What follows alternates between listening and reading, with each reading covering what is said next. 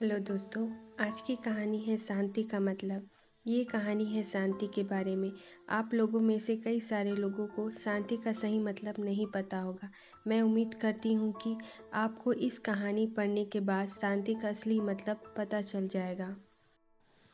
पुराने समय की बात है। किसी राज्य में एक राजा था जिसे पेंटिंग से बहुत लगाव था। एक दिन राजा ने घोषणा किया कि जो कोई भी मुझे एक ऐसी पेंटिंग बनाकर देगा जो कि शांति को दर्शाती हो तो मैं उसे मुंह मांगा इनाम दूंगा। जिस दिन फैसला होने वाला था उस दिन एक से बढ़कर एक चित्रकार इनाम जीतने की लालच में अपनी पेंटिंग लेकर राजा के महल समय से पहुंच गए। राजा ने एक एक करके सभी की पेंटिंग देखी। सभी पेंटिंग में से राजा ने सिर्फ 2 ही पेंटिंग अलग रखवा दी।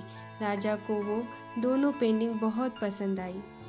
इन दोनों में से किसी एक को इनाम मिलने वाला था। पहली पेंटिंग एक सुंदर शांत झील की थी। उस झील का पानी बहुत साफ था।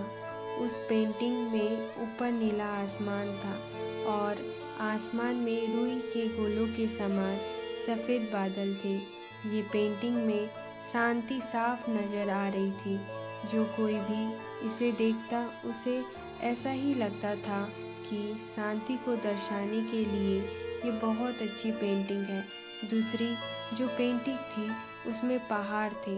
पहाड़ बिल्कुल रूखे थे, वीरान थे। इन पहाड़ों के ऊपर बादल थे और उस बादल में बिजलियाँ चमक रही थी।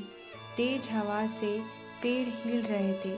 पहाड़ी की दूसरी ओर एक झरना था और झरने ने रौद्र रूप धारण कर रखा था।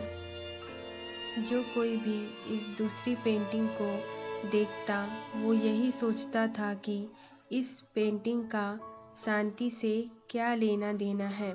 इसमें तो केवल अशांति ही दिखाई दे रही है। सभी को यही लगता था कि पहली पेंटिंग बनाने वाले चित्रकार को ही इनाम मिलेगा। अब बारी आ गई थी राजा की ये बताने की इनाम वो किसे देने वाले हैं।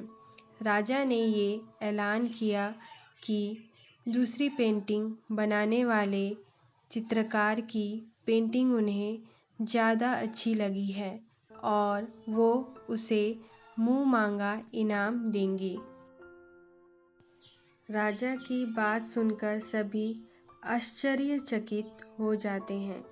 राजा का फैसला सुनने के बाद अब पहले चित्रकार से रहा नहीं गया और उसने राजा से पूछ ही लिया कि आखिर आपको उस पेंटिंग में ऐसा क्या दिखा कि आपने उसे इनाम देने का फैसला ले लिया, जबकि हर कोई यही कह रहा है कि मेरी पेंटिंग ही शांति को दर्शाने के लिए अच्छी है। राजा ने पहले चित्रकार से कहा कि तुम आओ मेरे साथ, मैं तुम्हें बताता हूँ।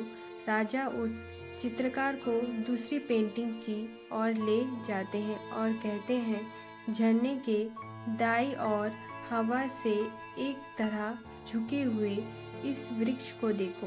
वृक्ष की डाली पर बने हुए इस घोंसले को ध्यान से देखो। कैसे एक चिड़िया कोमलता से, शांत भाव से अपने बच्चों को भोजन करा रही है। राजा ने वहाँ पर हाजिर सभी लोगों को समझाया कि शांति का मतलब ये नहीं है कि आप ऐसी स्थिति में हो जहाँ कोई शोर नहीं हो, कोई समस्या नहीं हो, सब कुछ अच्छा ही हो। शांति का मतलब तो ये होता है कि आप हर तरह की अव्यवस्था, अशांति के बीच भी शांत रह पाओ और अपने लक्ष्य पर ध्यान केंद्रित कर पाओ। सभी लोग अब अच्छे से समझ गए कि राजा ने दूसरी पेंटिंग को क्यों चुना। हम सभी को अपनी लाइफ में शांति चाहिए। अक्सर हम शांति के मतलब को गलत समझ लेते हैं और उसे बाहरी दुनिया में ढूंढने लगते हैं, जबकि हमें शांति पूरी तरह से हमारे अंदर ही मिलती है। अगर आपको हमारी स्टोरी मन की शांति अच्छी लगी हो तो कमेंट में ज़रूर बताइए कैसी लगी ये स्टोरी।